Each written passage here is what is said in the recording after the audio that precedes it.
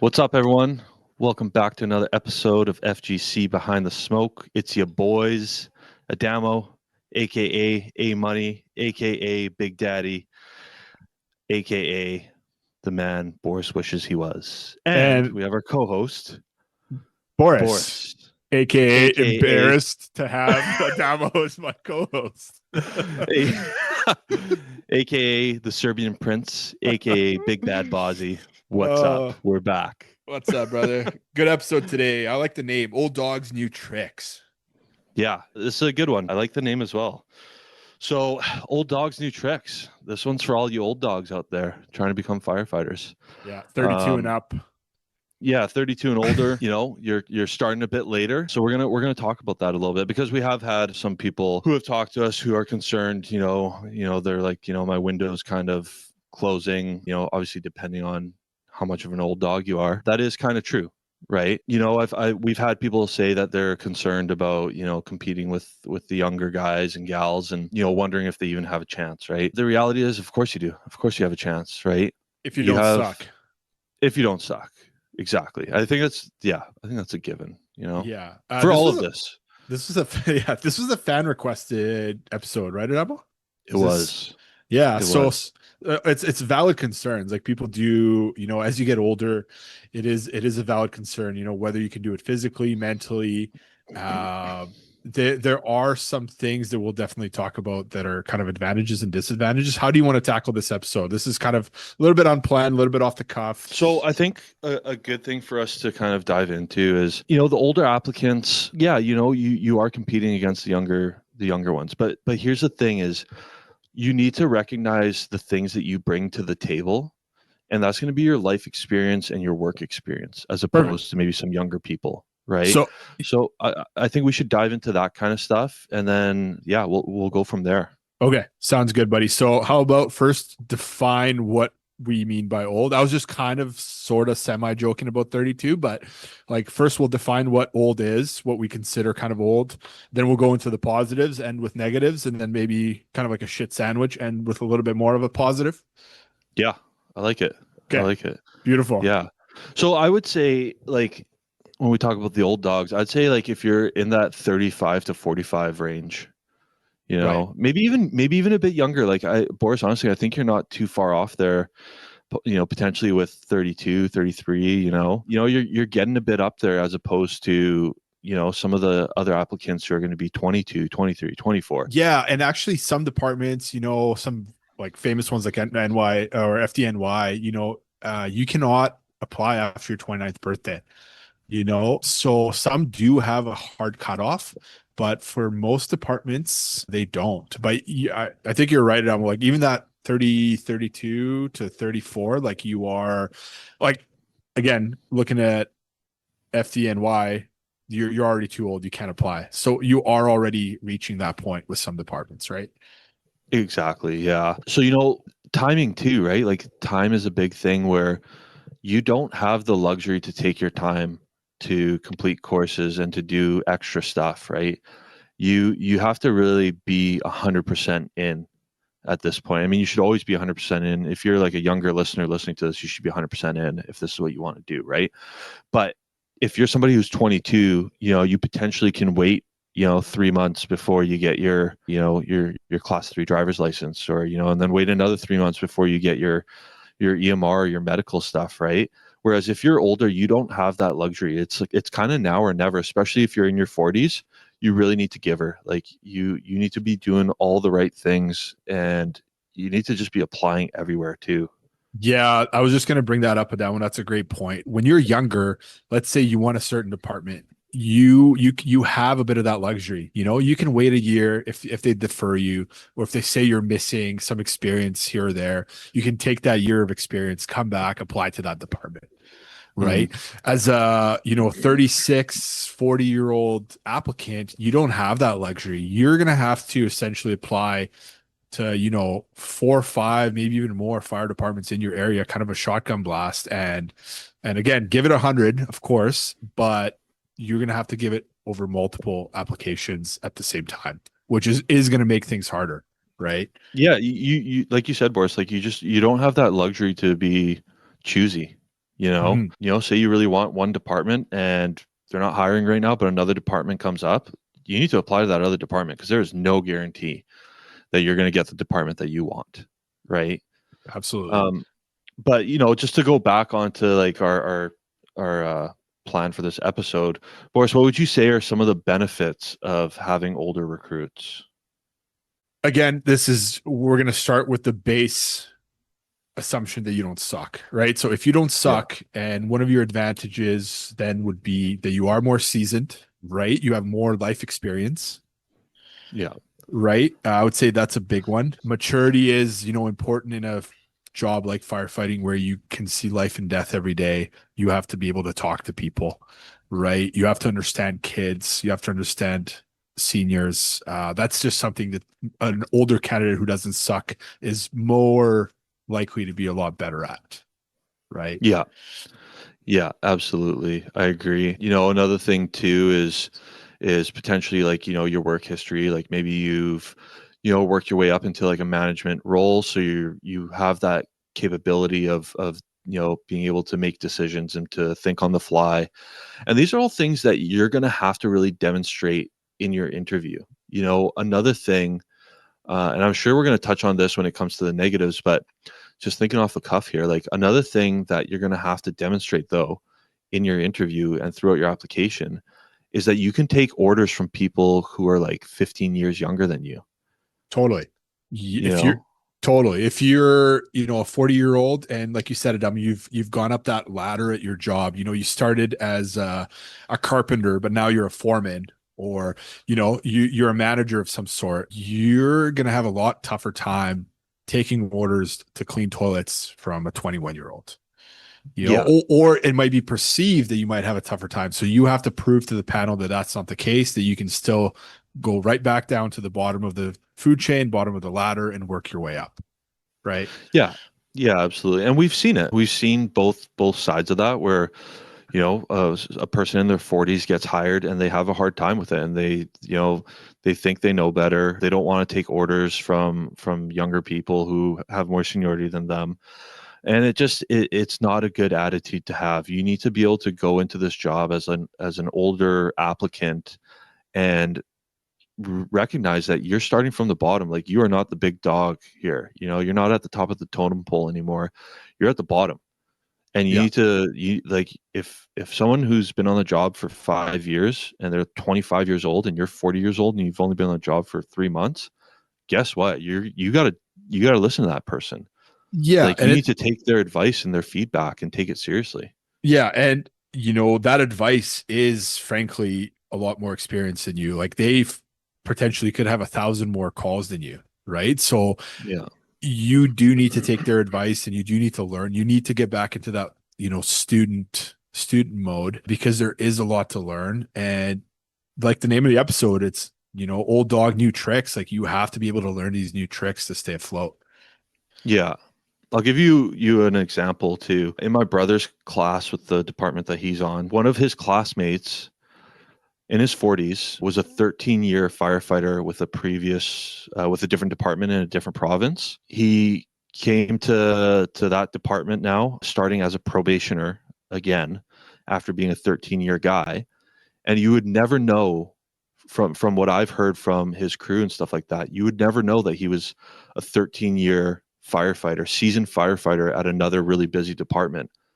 And he's just a probie there, and he understands his role and he's really good at it. He plays the game, like somebody like that. That's somebody who, yeah, no problem. If you're older, like departments are going to want to hire you, right? Yeah. And it's not even just getting hired, it's after you're hired too, right? Like you're going to be the junior firefighter for who knows, depending on the department, maybe 4 or 5 years, right? Mhm. So you need to be aware of that. You need to accept the fact that you're the one scrubbing the toilets, you're the one doing whatever the dirty job is, you're doing it, and you got to do it with a smile on your face.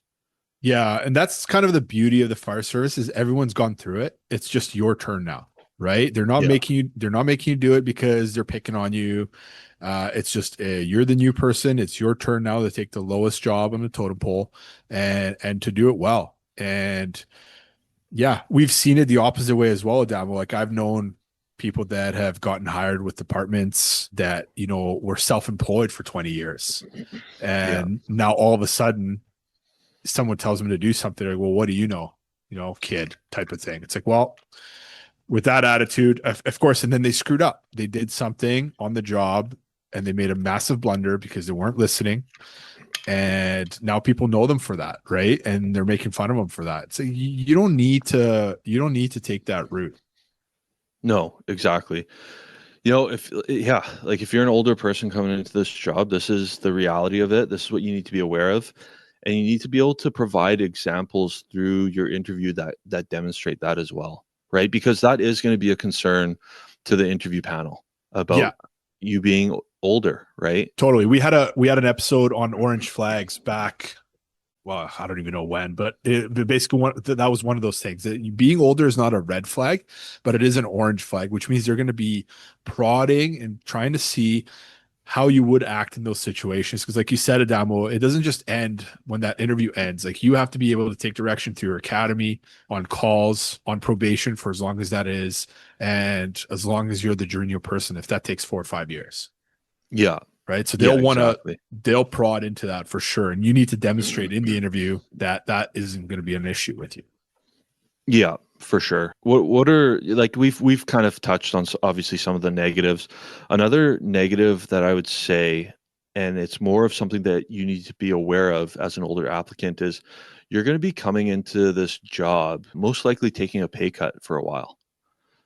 That's something that you need to be aware of and that you need to kind of prepare for. And a lot of departments don't like it when their probationers work a second job. If you after you're done probation, if you got to work a second job to make ends meet or, whatever the case may be, that's totally fine, right? But when you're on probation, you need to dedicate yourself to mastering your craft and to learning as much as you can so that way you can become a good firefighter, right?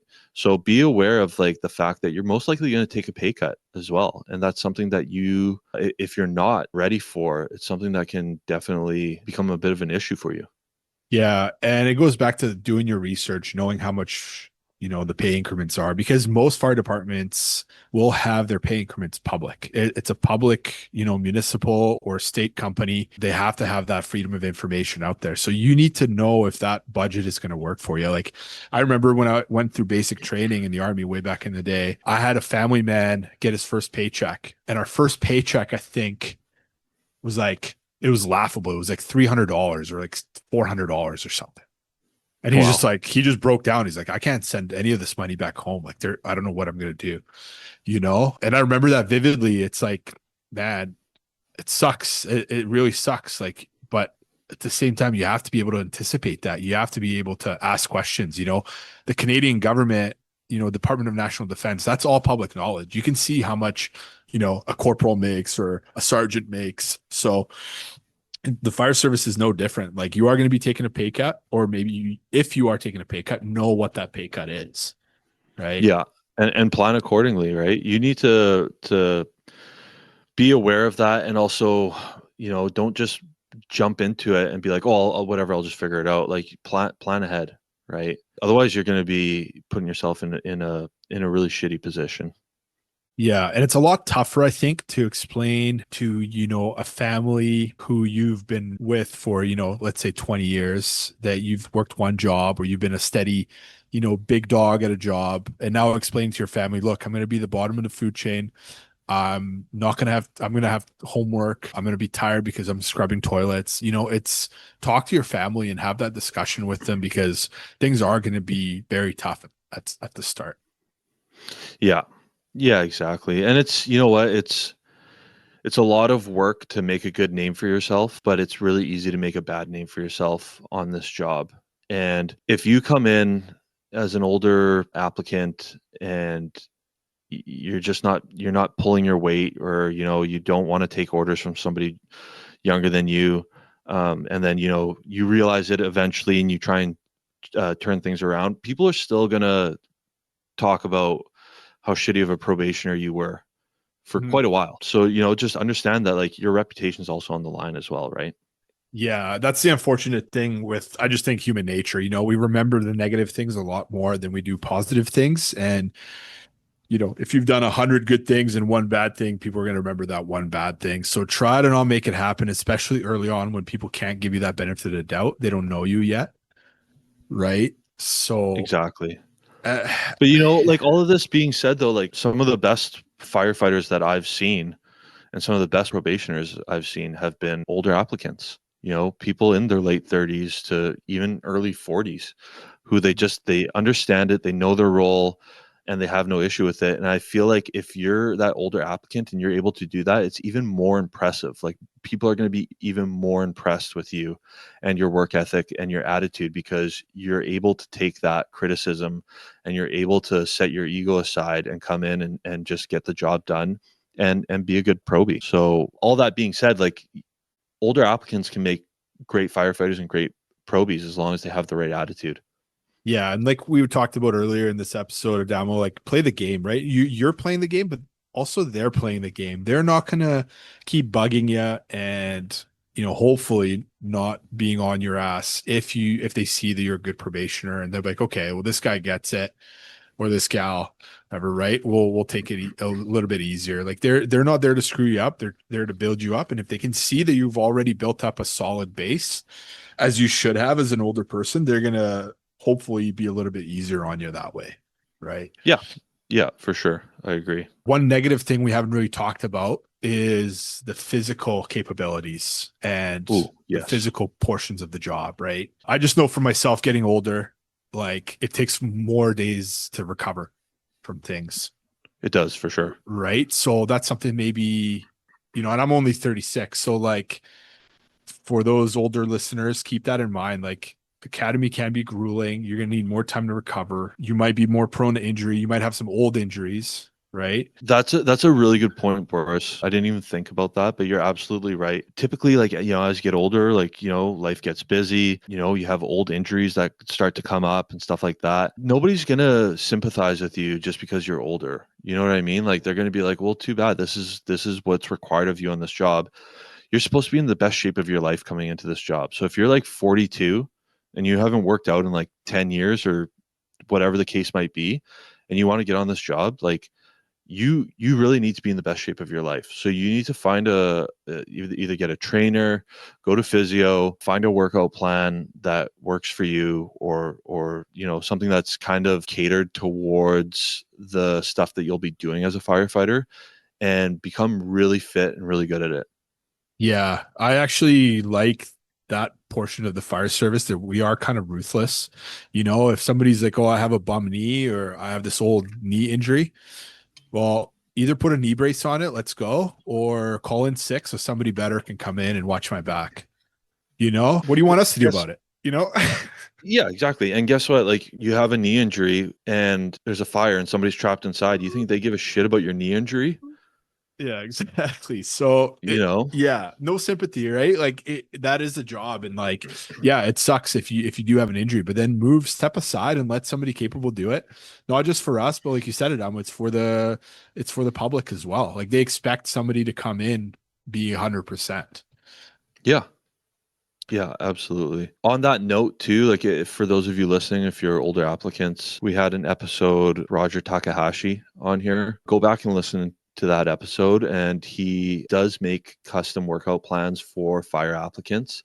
He was the former strength and conditioning coach for the Vancouver Canucks, which is the NHL team here in BC. And you can reach out to him and hire him to help you get on the right track. Yeah, good point there, Adamo. One thing that also I think is important for the older listeners to hear is career advancement as an older person. Very true. So Yeah. some departments may have you age out, which means basically force you into pension at 60 years old. Yeah. Right. So if you're coming into this job as a 42-year-old, and let's say you're at a very busy department with a lot of people, everything's seniority based, you may not reach that officer rank within your, 18 years of service. Yeah. Yeah, exactly. Yeah, that's a really good point, Boris. Yeah, obviously your time's limited on the job, right? And there are quite a few departments out there that do have an age limit. like you can't work past your 60th birthday, right? You have to be retired by then. And people have tried to fly under the radar before on that, and they get caught, and they're like, hey, you gotta leave like today. You got to leave because you got to be retired now, right? So just know that, like, you might not make that officer rank. You might have to retire as a firefighter, right? Yeah, again, like know the pay increments, know what you're getting into. Some departments, big municipal departments will have officer roles outside of suppression that you may be able to laterally move. In the States, you can also laterally move. If you're going to a smaller department, you could probably get promoted a little bit faster. So these are all things that you should take into account as you are applying. Maybe as a 40-year-old candidate, you don't want to go to a big municipal department because you're never going to see that officer time, right? So maybe you want to go to a small department where, you're going to make captain in 6 years, 10 years, and you're going to have that captain's pay, that captain's kind of management work style that you're accustomed to, right? And if that isn't enough, then maybe go volunteer. Like volunteers they'll take you until you're 85 years old. Yeah. Yeah. They don't, like, most sure. volunteer departments don't care. So you need to decide as an older candidate, if you're listening to this, what department is right for you. And whether you can do it physically, whether you can do it mentally, whether you can do it financially, and then jump into it. Because like Adamo said at the very beginning, like once you jump in, man, like you have to be full on because the time is not on your side. Yeah. Yeah, exactly. And you know what? Like, we don't say this to sway anyone's decision into not pursuing this career, because this is such a great career. We just want you to be aware of the realities of it coming in as an older individual. And like I said earlier, some of the best firefighters and probies I've seen have been older candidates, and it's really a mindset thing and a physicality thing. Yeah. Best of luck to you if you are in that age group. Honestly, hats off to you, leaving everything behind in your life to pursue it this late. I wish you the best of luck, really. Yeah.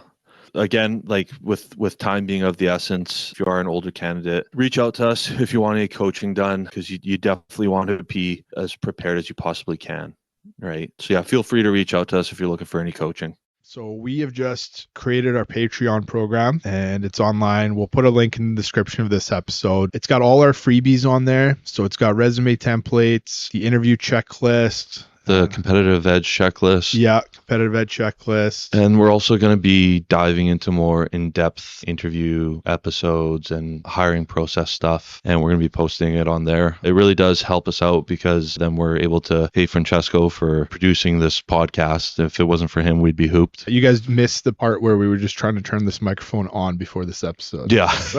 Yeah, exactly. Yeah, we wouldn't be anywhere without him. So we'd like to start paying him a lot more. And it's also going to be a way for us to just upgrade to better audio equipment, better cameras, better lighting, and all that kind of stuff to bring you guys a better experience with this podcast. Yeah, and that was your idea, actually, with the whole going over every interview question kind of in depth and really getting into the interview panel stuff. Yeah, we'll be going into that in really great detail, really breaking apart the questions and just talking about like what they're actually asking in these questions, right? And yeah, it's going to be good. It's going to be a lot of info, a lot of really, really good info. And if it's not, let us know. We also have a chat group in there as well on Patreon. That's right. So if there's, guests you want us to see, bring on, or if there's questions you want us to ask or talk about on the podcast, you're more than welcome to ask us on there. Yeah, for sure. And like when it comes to those behavioral / situational type questions, we can break down a question and talk about it for probably half an hour. Yeah. Right. Just one question. Easily.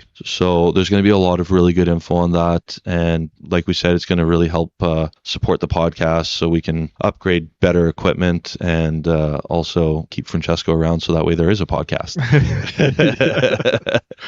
Chaining him down to the table would be too cruel. Yeah. Right on. Thanks, guys. Take care.